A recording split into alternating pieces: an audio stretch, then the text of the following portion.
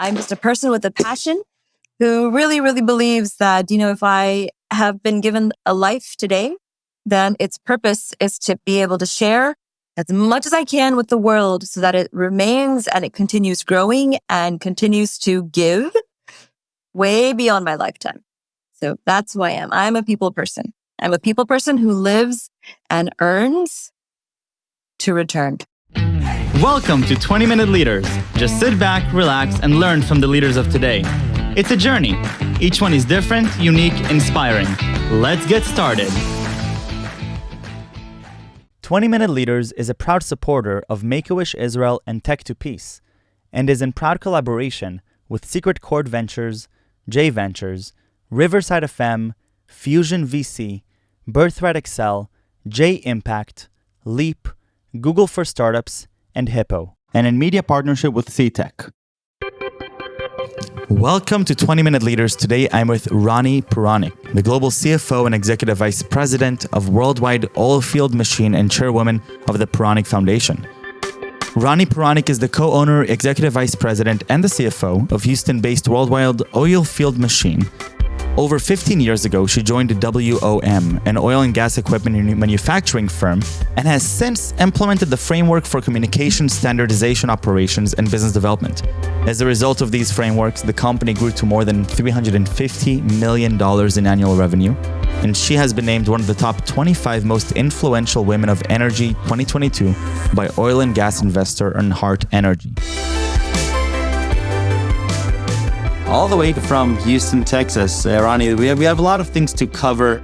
Quite a few different subjects that I'm excited to see how they're gonna, flow together. You have a few hats. You're Executive Vice President and Global CFO of Worldwide Oilfield Machine, Inc., with more than, I believe, turnover of more than $350 million ARR. So I can't even imagine what it's like being a CFO of an organization like this. But you're also really passionate about mentorship and a part of the Puranik Foundation as well, with an upcoming book, 7 Letters to My Daughters, which is an awesome title. And I'm excited to uncover a little bit about your life journey, what you care about, and pick your brain on all these different subjects. So Ronnie, who are you? How does one get to deal with all these different cool things that you're doing? Oh my goodness, who am I? I'm a person like you, Michael.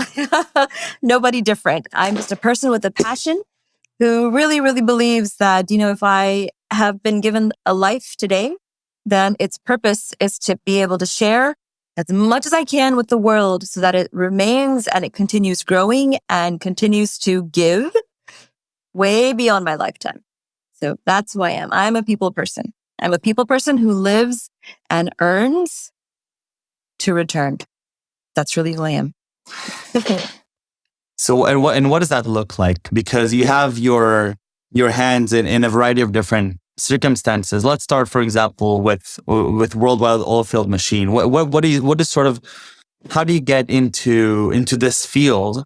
I know it's family related, but how do you get into this whole situation? Because that is not, global CFO of such a large organization, oil and field, and oil and gas, and then you're talking about also, the different mentorship stuff that you're doing. How do these things connect? Yeah, excellent question. So for Worldwide Oilfield Machine, I'll tell you something. It's a 42-year-old company. I was raised in this company, but not my entire life. So let me give you a little bit of my life story, just a quick thing. So the first 18 years of my life, I was basically raised here in Houston, Texas, when my dad started this company from nothing. He was first generation immigrant from India. So started off with a typical American dream story, 3 people in a garage. I was 3 years old. I basically slept on the floor of our pantry while dad and mom kind of, worked through this business. And it was really mom bringing dinner and dad innovating. So watched this business grow for the first 18 years of my life. I interned, summers were at the office. I knew everybody at the office. It was like an extended home for me. The next 18 years of my life is when I lived in Pune, India. And I was married there at a very young age. I had an arranged marriage at 19. So you can imagine, very young. Wow. Yes, 19. 19, exactly. That's very, very young. Very young. And by the time I had my first daughter, I was 21 and she started going to school when she was 23. Wow. Yeah. What I realized at that point is that I wanted to be close to her. So I started and founded my own dance company when my older daughter was 3 years old. And I'll tell you why. Dance is a nonverbal form of expression and communication. And in a place like India, where girls really are usually told what to do, what to say, what career path to choose, who to marry, right? Like me, I could relate to these girls so deeply on a so deep level that I said, all right, verbal communication might feel a little disrespectful for the culture, but nonverbal communication. And if we could bring these girls together where they could just express, be free, understand who they are in a very safe environment, then that was giving me joy because it was empowering me at the same time. I was also very young at that time. I was only 24 when I started this company. So I did this for about 15 years in Pune, India. And again, that had me discover my passion for people. When I was 17 years old, I took a quick trip to India. And even at that time, I had like a makeshift after school program for slum kids. Never knew I really loved all of this until I actually got into it. So 14 years, 18 years living in India. Then that's when I decided, okay, I've been preaching to the world because that dance company, Michael, it took off. It literally took off. So I was not just teaching to girls. Then it was to boys, to juvenile delinquents, to just deaf children, to people. Universities started contacting me. Corporations started contacting me. Software corporations for team building and stuff like that. Because it was about speaking up and having the confidence to understand, acknowledge who I am as a person and appreciating the differences in everyone else around me and working together, which is the key to success. So after that happened, I was preaching to the world, be who you are, step up for who you believe yourself to be. I had to make a shift in my own life. And then I returned back to the United States, to Houston, Texas, my home city, in 2007. And that's the time when I rejoined WOM because remember, that was family for me. I had no other family here. So even though, yes, it's a business, for me, it was like coming home to my extended family and I knew it. At that time, my girls were much younger and I just could not start from scratch again I was a young adult at that time in a country where I had all these responsibilities. So WOM was my go-to. At that time, my dad asked, so what do you want to do? I said, I really don't know. What would you like me to do? He said, I don't know, figure it out. So trying to figure it out basically meant that I needed to go and talk to people because I'm a problem solver. I am what is called a bridge. I'm trying to help facilitate people be their best selves. That's what I did in India my entire life. So I started our HR department from scratch. We never had an HR department, even though we were like 250 people here in Houston at that time. So when talking to people, I realized that I needed to self-train myself, did everything from assembly to process routing to ERP systems, just the whole stuff. And then financial controllership, looking into the admin of things, looking into the financial structuring of things. That's when I decided to go back to school. So when I was 40 years old, decided to go back to Rice University, got my MBA in finance. Wow. Yeah, at 14. Let me tell you, everyone was like, you're 40. Why are you doing this? How can you get an MBA now? You're too old. And then the other part, which really I do not believe in, and people, especially from they think that children from bad business families should have some kind of entitlement. Not me. I needed to know that I earned a position or I have enough knowledge to really be my best and show up as my best. So people would ask me, well, you're the daughter of the owner. Why do you need to work? Why do you need to get an education? Well, because I do. I need to show up for myself. So graduated in 2014. Then I took the next 2 years to really travel the world. So right now we're in 11 locations. Well, actually at that time we were in 8 locations. I opened up 3 recently and talked to everybody. So out of the 4,000 people that work with WOM, I never say we work for anybody. We work with and together. I'd probably tell you I know 80% of them. I really do. By name. So I don't know them by numbers. I know them by name. And really worked hand in hand with them. And all of a sudden, people just started to direct problems to me, helping, to find solutions together. So I was promoted to global CFO in 2016 organically. It was a decision by the people, not so much by a family or anything like that. It was literally by people. And well, we come to Ronnie anyways. So that I would tell you was pretty cool. So that's the passion for me. The passion for me is trying to keep this legacy going. It's a great company with great people with a great product. Wow.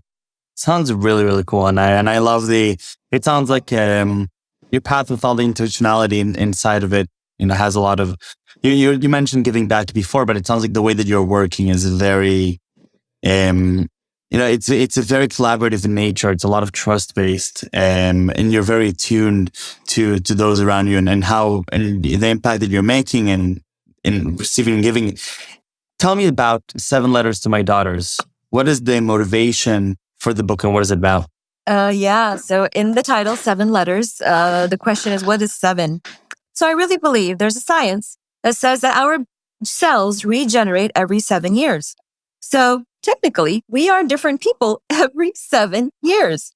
So when I was about 49 years old, my daughters, we were just kind of reminiscing on our life journey and stuff like that. In a really good place. They were like, Mom, we've really come such a long way. You should write a book. And, because of my creative background, I've written scripts and songs and all of that.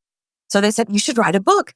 And I said, yeah, okay, I guess I should. So the book really became, it was inspired by both Sherry and Bhakti, who are my daughters. But it became a book that I wanted to dedicate for not just all the daughters of the world, Michael, but to all the sons. And when I say all the people of the world, because regardless of gender, and yes, gender does play a little bit of a part of the story of the struggles, but every person has frustration. Every person has challenges. Every person feels like the lowest point in their lives has come at some point. To be able to overcome that, to see the positivity, to be ambitious yet humble, to actually find a vision, but still be open-minded to know that you may have to pivot and change a little bit and adapt. All these lessons are things that I had learned over the years, but guess what? In 7-year chunks. So I say that for the first 7 years, I was not a daughter, I was a girl in an Indian family. Very different context and the lessons that you learn from that. Second 7 years, I was a sister, nothing else. I had siblings when I became 7 years old. So there was a very clear pattern of my life continuously changing after 7 years. So I have 1 letter for every 7 years. So therefore, now I'm 50. The 7 letters to my daughters. And really, it's about the lessons of love. And love in its purest form, because even in a multinational company organization, I lead by love.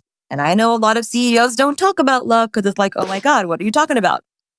But love in its purest form is power. It literally is power because it brings empathy. It allows you to listen. It allows you to understand what someone else's passion will be and allows you to let go and partner that passion for other people as well. So I lead through love. My lessons are about love, about leadership, and about legacy. And all of those lessons have made me who I am today. That's awesome. How does leading by love play a role within an organization like yours, a large organization? How do you lead by love? What are some examples of that? So I've been known to be an empathetic leader, not a sympathetic leader. Empathy. Empathy is when, as you know, it's when I feel what someone else is feeling. And that's what I say. It's called love doubled up. So it's not just what you're feeling, but I'm feeling it with you. Difference between sympathy and empathy. And when I am with somebody or somebody is with me, then as a leader, knowing that I may have a little bit more experience than another person, it makes it so much easier for me to relate at the same level and then to lift, to raise, to then really bring out and bring forward. Because at that point, then we're doing it together. No person is doing it on theirs by themselves. That teamwork is power. And that teamwork builds a great company. Great companies are only made up of great people. And great people come from great teams. So empathy plays a big role in everything that I do. I love it. So looking back to some of these lessons that you're sharing, share with me some more. So you mentioned a few examples of them, and I'm curious to hear a little bit more about those different things that as you're reflecting, what main lessons you decided are most crucial to share with the people that you love most. Well, so it's interesting. Some people ask me about, like sister, how do you learn something about leadership being a sister? So as being an oldest sister, I had 3 siblings at the time. And, you're in this position where, for me at least, I wanted to take all this responsibility, make sure that they were well taken care of. And of course, my parents were around, but as the oldest sibling, you sort of do this on your own. But the reality is, I did not have authority. I had parents that could swoop my siblings up away, teach them whatever they wanted to, brainwash them in a different way, completely in an opposite direction than me. And that is a lesson that I see every single time, even in large businesses, small businesses. There is something called middle management, even sometimes at a higher management, where we take on responsibility, but not necessarily do we have the authority. So how do you maneuver your teams, siblings, teams, groups of people, when you know that you don't have the authority, but you have to take the responsibility and still move things forward? Well, how do you do that? So there's a very fine balance of how that can be led forward. And a big power of that is to let go, to know that you're not the one in control. You are not the one in control. And as a leader of the company, I understand how important it is to also give authority while people take on responsibility. Otherwise, I am not giving them full justice. So just as a teacher, I learned so much, right? And from my leader that I put into my leadership skills. So things like that. Being a mother, I'll tell you something is very of interest to me. Many people call me the WOM mom because we run schools, not just in India, but we're very involved through our foundation within the greater Houston area as well, starting our own charter school, partnering up with countries like Brazil, hopefully Mexico. So education is huge on my mind. So I deal with kids all the time. I always have been since I was 17 years old. So what does that mean when I come to the company and use my lessons as being a mother? Being a mother means that you're a parent, which means that there's a time for a mother to care and nurture, and there's a time for a mother to sit back, watch, and let her children or her people make mistakes, fumble, because she knows with a little bit of wisdom, a little bit more experience, that those mistakes are just going to strengthen them, are going to make them even better, and really form them for who they were built to be. And that's how I lead a lot of the times here in the company too. I'm like, look, make mistakes. If you're not making enough mistakes, you're not doing enough. So make them. The important goal is to not make the same mistake over and over again. Then you're not learning. So there are a lot of lessons that I have learned that I literally incorporate every day into my world, and I have seen success come from it. Very, very cool. What's your vision? What's your vision with what you do? Yeah. My vision for what I do, Michael, is this. Like I mentioned earlier, I completely believe in the earn and return cycle, which means that I believe in legacy. I lost my brother in 2018. He was only 38 years old. He was part of the business. And at that time, I really realized that we all have an expiry date, all of us, no matter what. And there were so many lives that came before me. They did. I'm not sitting in the years of World War I and II and the Cold War. I'm not. Somehow, some lives came before me that have set the stage for me to live the way I do, which I'm going to assume is better. It's easier. So with that same knowledge, I also know I may have maybe 20, 30 more years left. It's not a lot left, but it's important to know that I can still carve the path for all the lives that are going to be coming after me. So whatever decision I make, whether it's in my family organization, nonprofit, new businesses, whatever decision I make, let it be so that someone else's life after me is easier, better, more successful, and stable. Stability is such an important part of this. So that's what drives me every morning. And the way I run the businesses or teach my kids at school or hang out with my kids, my own kids, the family, it's about legacy. It's about thinking beyond yourself without depleting yourself, knowing that you are whole and complete, and therefore you can share yourself whole and complete. That's incredible. I love the intentionality behind everything that you're mentioning here. Yeah. It sounds like you've really given this a lot of thought, and it sounds like you live your life in a way that leaves you very fulfilled and passionate about the interactions that you're having with others, the interactions you're having with yourself, and the way that you're viewing and sharing this journey with other people. And so definitely a conversation that's much greater than just your work with WOM and with the mentorship and the Puranik Foundation. It's really about sort of a life mantra, legacy. And so I really want to thank you, Ronnie, for taking this time to share it with me. It was a wonderful conversation, and best of luck with fulfilling your vision. And thank you again for being here. Thank you, Michael. I always say that there's always a way to be playful, powerful, and purposeful.